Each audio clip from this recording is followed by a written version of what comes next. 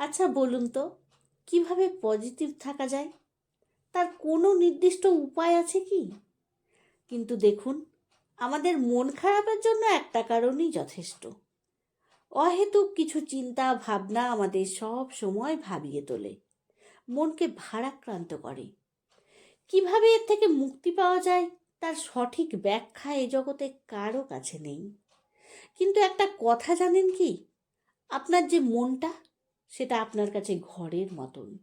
মানে মনটাই আপনার ঘর, আর সেখানকার মালিক কিন্তু আপনি নিজেই। আচ্ছা, আপনি যখন মালিক, ঘরটা পরিষ্কার রাখার দায়িত্ব কিন্তু আপনার ওপরই বর্তায়। দেখবেন, মাঝে মধ্যে ঘরের কোণে ধুলো ময়লা ঝুল জমে থাকে। তখন আপনি হয়তো একটা ঝুল ঝাড়ু কিনে ফেললেন। ওই ঝুল ঝাড়ুটাই আপনার পরিচ্ছন্ন মনের প্রতীক। ঘরে যেমন ধুলো ময়লা জমতে দেন না, তেমনি মনের সেই ঘরটাতে ধুলো জমতে দিচ্ছেন অহেতুক চিন্তা করে। একটা কথা জানবেন, মন বা ঘর যেটাই হোক, সেখানে যত ধুলো জঞ্জাল জমতে দেবেন, ততই জমতে থাকবে। তাই অল্পতেই সেটা পরিষ্কার করে ফেলুন, দেখবেন ভালো থাকবেন। আর যেটুকু ধুলো দরজা জানলার কোণে জমে আছে, ওটুকু থাকুক। ওটুকু ধুলোর মতন কিছু মানুষ বা কিছু সমস্যা আমার আপনার জীবনে থাকবেই। আর ভালো থাকার উপায় কি জানেন? সবটাই আপনি নিজেই, বা আপনার কাছেই রয়েছে সেই সমস্ত গুণ। একবার সেটা ব্যবহার করুন না, দেখবেন নিজে ভালো থাকবেন।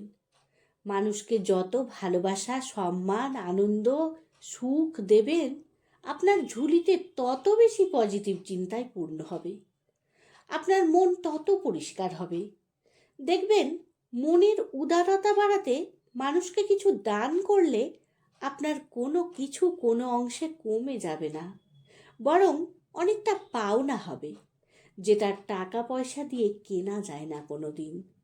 আমরা যারা খুব ভাবনাপ্রবণ মানুষ, তারা অন্যদের নিয়ে বেশি ভেবে ফেলি।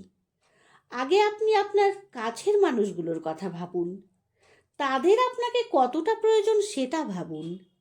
আগে নিজের লোকগুলোর পাশে দাঁড়ান, তারপর উচিত অন্যদের পাশে থাকা। অন্যকে দাঁড় করার আগে একটিবার ভেবে নিন আপনার কাছের লোকগুলোর কথা, তাদের ভালো থাকার কথা। আমাদের চারপাশে থাকা এমন অনেক মানুষ আছেন যারা মা বাবাকেই সময় দেন না, অথচ সমাজ সেবা করেন। আমরা ছোটবেলা থেকেই শুনেছি, মা বাবাকে দেখলে আর তীর্থ ভ্রমণ করতে হয় না। সেটা না করে যদি সমাজ সেবা করতে যান, তাহলে বিজ্ঞাপনের আলোয় নিজের প্রচার ছাড়া সেটা আর কিছুই নয়। দেখবেন, এটা করতে গিয়ে নিজের কর্তব্যটুকু হারিয়ে ফেলবেন না। একবার নিজেকে প্রশ্ন করবেন তো, যে নিজের মানুষগুলোর খোঁজ নেন না, অথচ চারপাশে লোকের সেবা করেন, সেটা কখনো আপনাকে সুখী করতে পারবে? পারবে না। তাই সময় থাকতে বুঝতে হবে ঠিক কোন জিনিসের গুরুত্বটা আপনার জীবনে বেশি। ভালো থাকতে গেলে, পজিটিভ থাকতে গেলে আপনাকে সেই বুঝেই চলতে হবে। অন্যকে আঘাত করে কখনো নিজে ভালো থাকা যায় না, পজিটিভ থাকা যায় না। একটা কথা মনে রাখতে হবে, সময় কিন্তু খুব চঞ্চল, কখন চলে যাবে জানতেই পারবেন না। তাই সময় থাকতে নিজেকে বদলে ফেলুন, দেখবেন আপনার চারপাশটাও সুন্দরভাবে বদলে যাবে।